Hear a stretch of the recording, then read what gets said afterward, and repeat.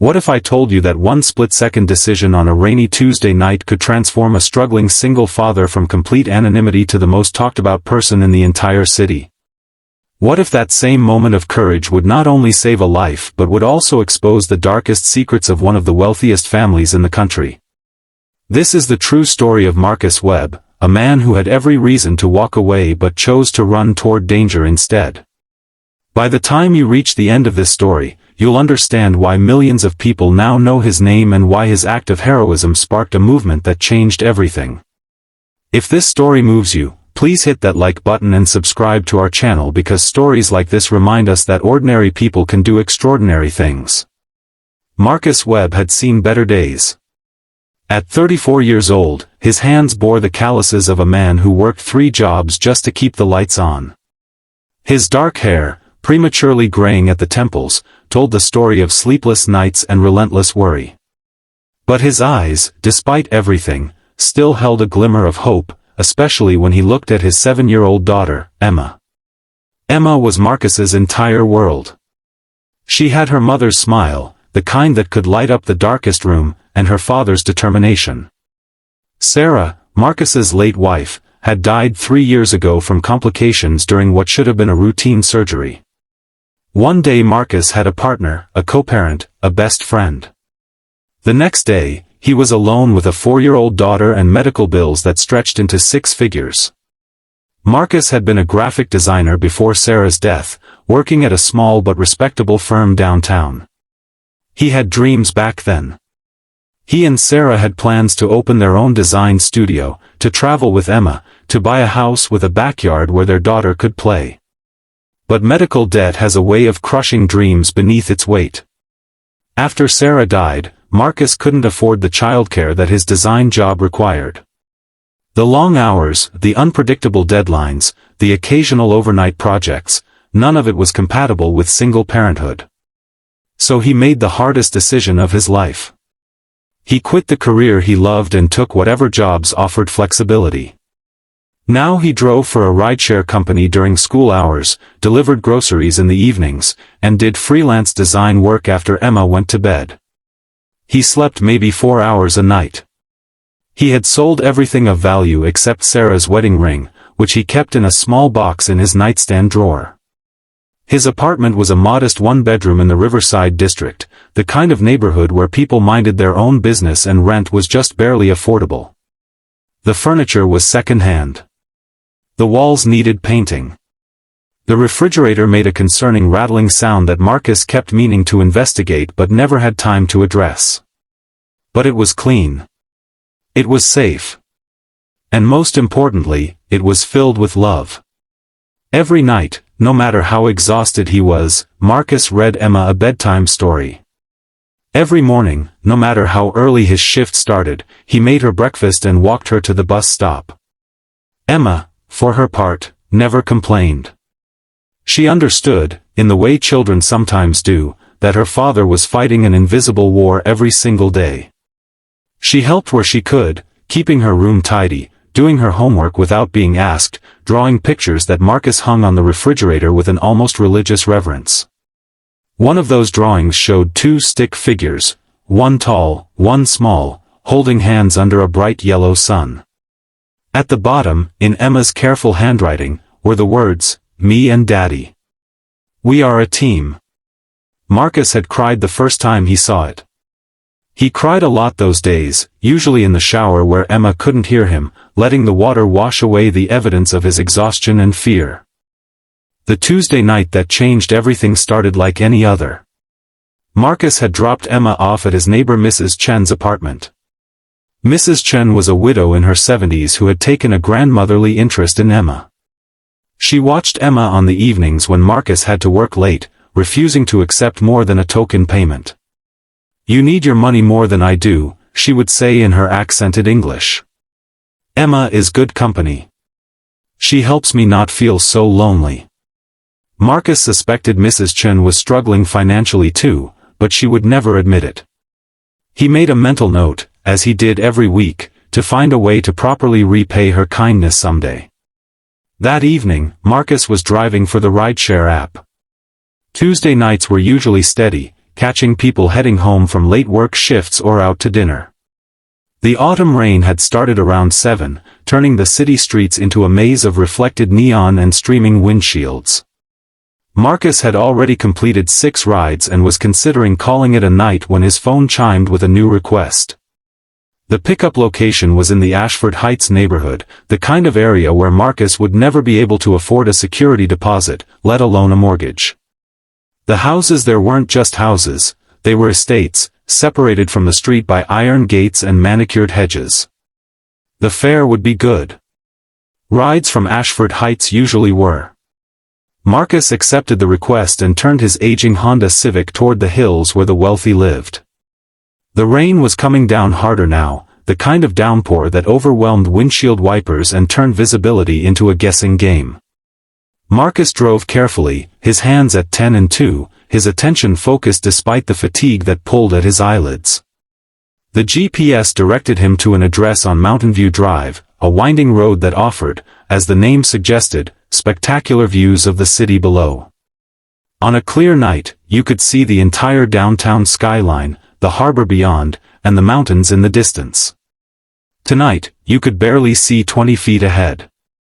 As Marcus navigated a particularly sharp curve, his headlights caught something that made his heart stop. A wheelchair was rolling backward down the sloped driveway of one of the estates, picking up speed as it headed directly toward the road. And sitting in that wheelchair was a young woman, her face frozen in an expression of pure terror. Marcus didn't think. There was no time to think. He slammed on his brakes, threw his car into park, and jumped out into the pouring rain. The wheelchair was moving faster now, gravity and momentum combining into a deadly equation. The woman was trying to reach the wheels, trying to stop herself, but the rain had made everything slick, and her hands couldn't find purchase. Behind the wheelchair, the road dropped off into a steep ravine. If she went over the edge, the fall would almost certainly kill her. Marcus ran. He ran harder than he had ever run in his life, his shoes slipping on the wet pavement, rain streaming into his eyes. The wheelchair was 10 feet from the edge. Then 5. He lunged forward, grabbing the handles just as the front wheels reached the edge of the road. His momentum and the wheelchair's weight nearly pulled him over with her, but Marcus planted his feet and pulled back with every ounce of strength he possessed. For a terrible, suspended moment, they teetered on the edge. Marcus could see the darkness of the ravine below, could hear the woman's sharp gasp of fear. Then, slowly, fighting against gravity and rain-slicked metal, he pulled the wheelchair back from the edge. They didn't stop until they were a good 10 feet from the drop-off. Marcus's hands were shaking so badly he could barely keep his grip on the handles. His chest heaved with exertion and the aftershock of adrenaline. His clothes were completely soaked through. "Are you okay?" he managed to gasp out. The woman in the wheelchair turned to look at him, and Marcus got his first real look at her face. She was young, probably mid-20s, with delicate features and dark eyes that were currently wide with shock. Her long black hair was plastered to her face by the rain. She was wearing what looked like expensive pajamas and a silk robe, now completely ruined by the downpour. Yes. I think so. You saved my life." Her voice was soft but clear, with the refined accent of someone who had attended the best schools. "What happened? How did?" Marcus looked around, trying to piece together the situation. "The driveway," she said, and he could hear her voice starting to shake. "I came outside for some air. I thought I set the brake, but it must not have caught properly. The slope, and the rain, and then I was moving, and I couldn't stop, and..." She pressed a hand to her mouth, the reality of what had nearly happened hitting her all at once. Hey, it's okay. You're safe now." Marcus knelt down beside the wheelchair, putting himself at eye level with her. "Let's get you back inside, out of this rain." Yes, please."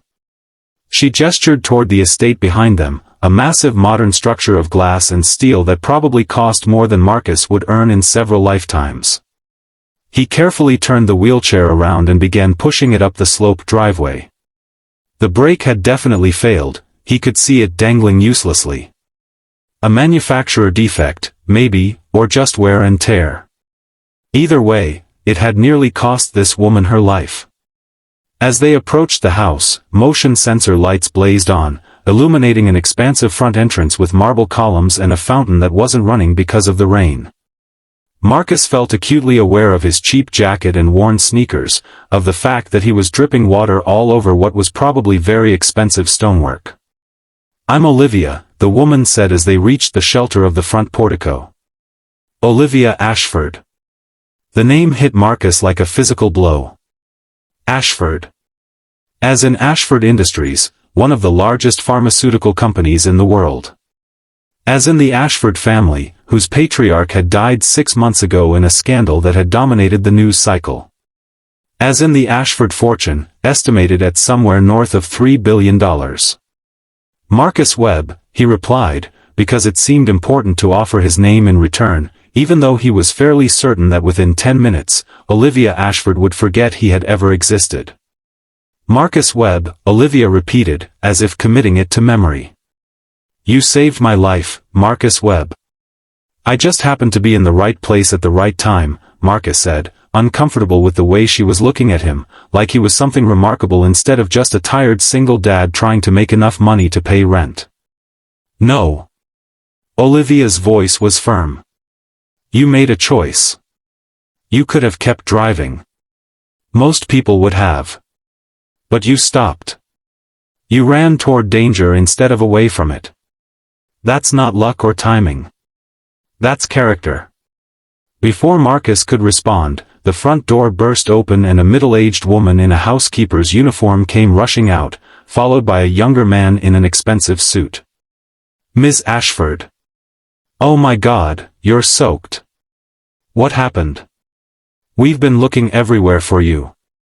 The housekeeper was already trying to usher Olivia inside, shooting suspicious glances at Marcus. "The wheelchair brake failed," Olivia explained. "I rolled down the driveway and almost went over the edge into the ravine. This man, Marcus Webb, he saved my life."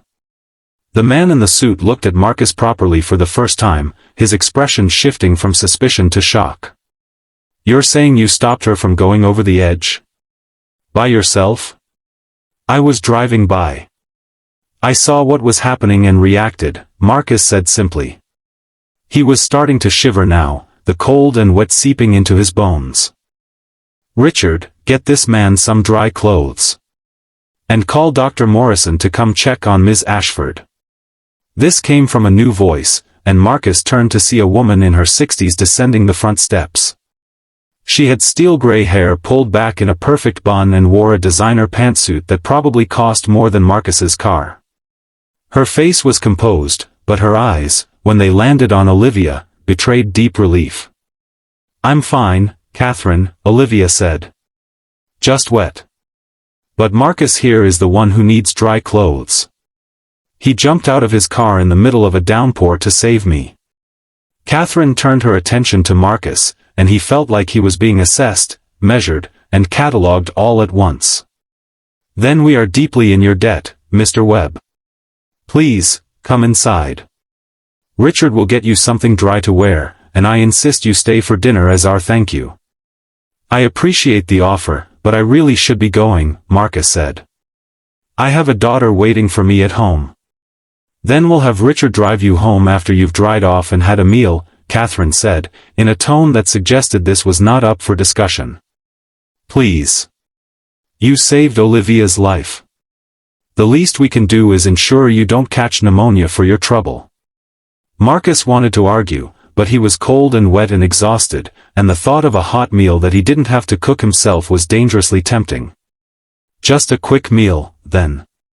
"Wonderful. Richard, show Mr. Webb to one of the guest rooms. Olivia, let's get you upstairs and out of those wet clothes." The interior of the Ashford house was exactly what Marcus had expected, all high ceilings, contemporary art, and furniture that looked like it belonged in a museum rather than a home.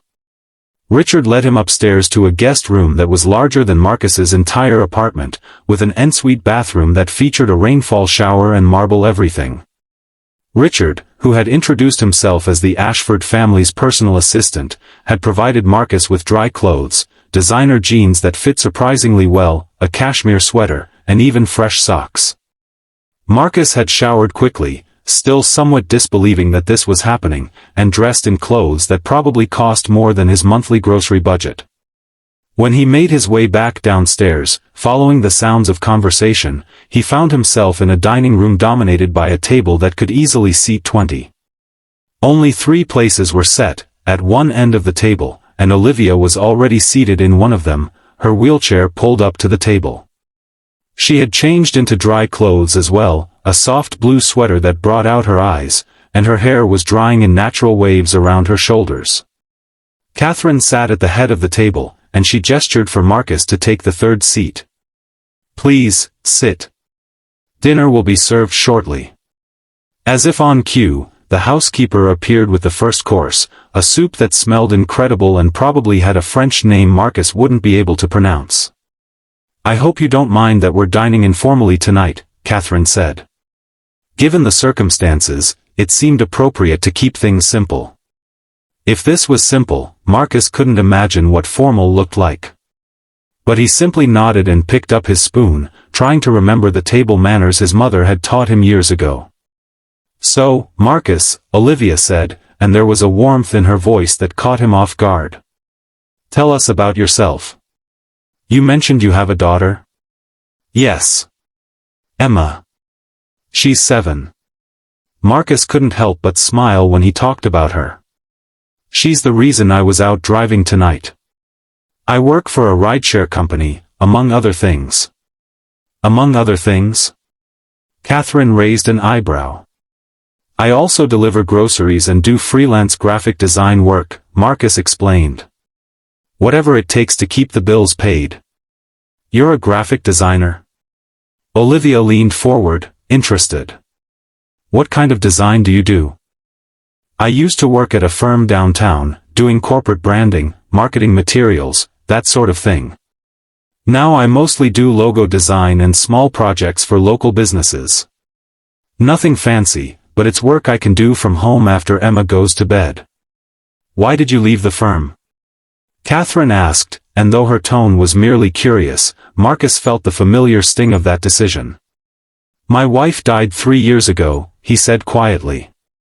"I needed a schedule that was more compatible with single parenthood." The room fell silent for a moment. Olivia's expression softened into something like understanding, and even Catherine's composed facade cracked slightly. "I'm sorry for your loss," Olivia said softly. "That must have been incredibly difficult." "It was. It is." Marcus cleared his throat. "But Emma is worth it. She's worth every sacrifice. She's lucky to have such a devoted father," Catherine said, and there was an odd note in her voice that Marcus couldn't quite interpret. The conversation shifted to lighter topics as the main course was served, some kind of perfectly cooked fish with vegetables that had probably been sourced from an organic farm somewhere picturesque. Marcus found himself relaxing despite the surreal circumstances, drawn in by Olivia's genuine warmth and Catherine's sharp wit.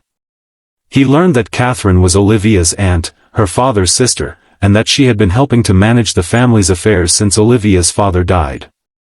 He learned that Olivia had been paralyzed in a car accident 2 years ago, the same accident that had killed her mother.